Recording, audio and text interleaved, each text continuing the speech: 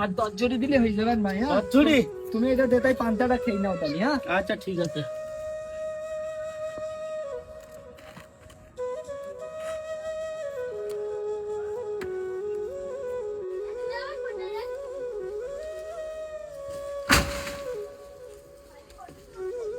আর 5 জড়ি কাটতে পারলি মোটামুটি বাড়ি যেতে পারবা রে।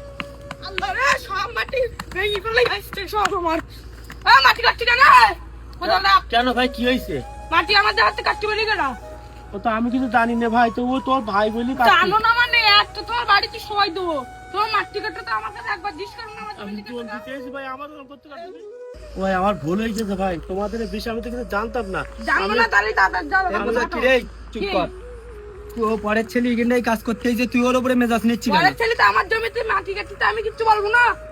জমি তো আমাদেরই সবারই, তা তুই ওই লোকটা কাজ করতে এসে ওইভাবে ব্যবহার করছিস কেন? দুর্ব্যবহার। আমার জমিতে কাটতে আমি কিচ্ছু বলবো না। তোর জমি মানে এই জমিটা তো আমাদের, আব্বা বলিছে সবার যার যেরকম কাজে লাগবে সে তখন ব্যবহার করবে। আর তুই তো মাটি কেটে, টোটাল মাটি কেটে তোর ঘরে দিছি। আমার তুমি বাড়ি রান্নাঘরে, যাও, দিন আগে বাড়ি যাও, তারপর দেখো।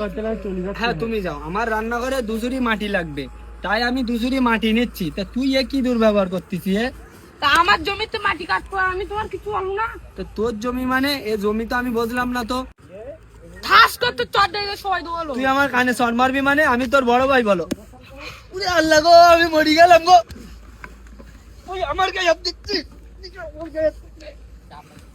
ওরে আল্লাহ রে, ওরে মেরি ফেললো রে। এই তোরা মারপিট করতে কেন? এই বাবা হ্যাঁ তোরা মানুষ, তোরা এই বড় চাচা চাচা, তোরা আজকে সামান্য জমি জায়গার জন্য তোরা বাপের গায়ে হাত তুলে দিস? হ্যাঁ তোরা মানুষ? তোরা এই আজকে তোরা সামান্য জমির জন্য বাপটার গায়ে আজকে হাত তুললি। আজ যদি বাপটা হারিয়ে যায়, হ্যাঁ জমি আজ আছে কাল নেই, কিন্তু বাপ হারিয়ে গেলি তুই আর পাবি? এই তোরা পাবি? আর এই বাপের জন্য আজকে তোরা এই পৃথিবীর মুখ দেখতে পেয়েছিস। হ্যাঁ এই ক্ষমাসা, ক্ষমাসা, আর জীবনের জন্য এই সব কাজ করিস না। ক্ষমাসা। আব্বা আমাদের ভুল হয়ে গেছে, আমরা এই বলে আর কখনো করবো না। আমি ভুল করবো না ভাই। এটা কে? চল ছোট ভাই ধর আব্বা। আজকে আমাদের একটা ভুলের জন্য দেখেছিস কত বড় আমরা একটা ক্ষতি করে ফেলিলাম। আজকের সমাজে প্রতিনিয়ত সম্পদ বিবাদের জন্য আমরা ভুলে যাই রক্তের সম্পর্ক। এই ধরনের নিকৃষ্ট চিন্তাভাবনা আমাদের অন্তর থেকে মুছে ফেলা উচিত।